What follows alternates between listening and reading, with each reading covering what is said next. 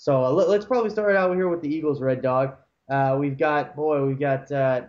they made a trade finally. Kevin Cobb, he went off to the Arizona finally, and they got DRC, Dominique Rogers-Cromartie, got him back.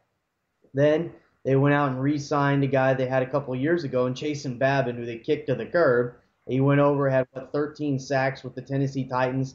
Their coordinator came over to the Eagles to be the defensive coordinator this year over in the Eagles, and so now he's brought over. They re-signed Babin, so they're going to use him much in the same way they used him with the Titans. They got Babin and Cole playing on the ends for him, and then they just land the big one, Namdi Asamoah. This guy was supposed to be, at least a lot of people, they had him rumored going to the Jets. They thought maybe the Niners, the Texans, the Cowboys, even maybe the Bucks. But he goes to the Eagles. Wow, this has got to be crazy. And then today, they go out and get Colin Jenkins, the big guy up front that used to be playing for the Packers. So he's going to play on the inside. So, man, this defense is just rocking and rolling. And then they signed Vince Young to top it off to back up Michael Vick. So what do you think about all this stuff? And is the Eagles defense maybe the top team defense to target now for fantasy owners? Well, I'll tell you, it's surprising because the Eagles have kind of always gone the way of the New England Patriots, where they don't want to overpay. They believe in spreading out across the whole team, having a really deep first, second, third team players. No one person can hold out and get a big contract. So wow, the Eagles have just gone out and changed directions.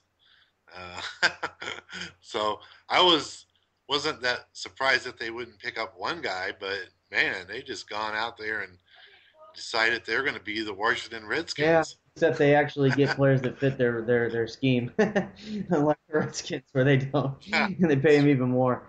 Uh, but yeah, no, it looks like this team has got to be. I'm sure Packer fans may have something to say about this, and be it that Red Dog, we're both San Francisco Giant fans. I mean, we saw this last offseason after they win the Super Bowl or the World Series, excuse me. Oh, then the Phillies they go out and get these pitchers, and oh, now the Phillies and the Red Sox, they're the favorites. But then I don't know, the Giants, they're just sitting there. They're just sitting there, just adding players, and they're coasting in first place. It's like, hey, don't forget about us. Don't forget about us.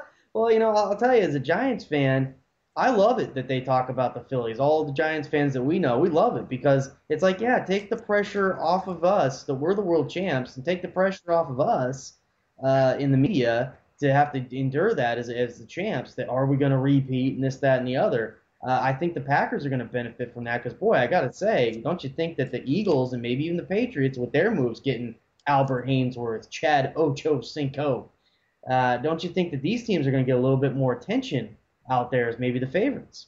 well, I'll tell you one thing. Last year, the Eagles defense ended up 12th overall in total defense.